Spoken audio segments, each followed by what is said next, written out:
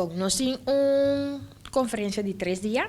Ela começa dia 29 de março, 29, 30 e 31. Ela começa às 2 horas de meio-dia até 5 horas da tarde. Nós temos diferentes oradores, que vai trazer diferentes temas adiante. Então, no último dia, nós temos workshops que os participantes podem inscrever para isso aqui.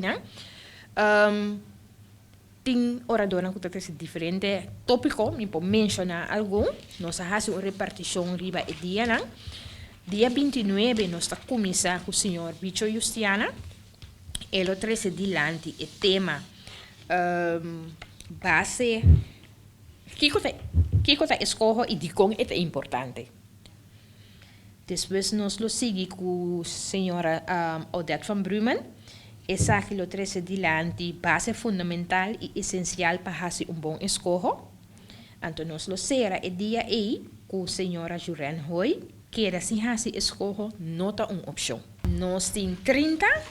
Nós abrimos o dia aí com a senhora Yannick Abdulrahman de Wolf. Esta começar a conferência e o dia aí com o tópico influência de socialização primária riba hasi escojo. Depois nós temos a senhora Jean Henriques, influência de cultura e gênero riba hasi escojo.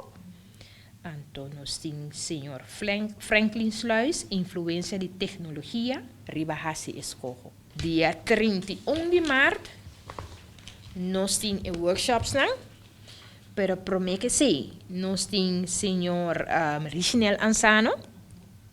E também traz sua autobiografia delante, de parte de escojo. Depois nós temos 4 workshops. Tem 2 com cada participante por escolher delantar, qual não toca parte de je. E pessoa não que vai trazer workshops aqui delante da senhora Rutlin Marta. Rutlin vai trazer parte de estimulação de ensino de educação. Nós temos Ana Maria Andrioli, essa é uma pessoa de Holanda.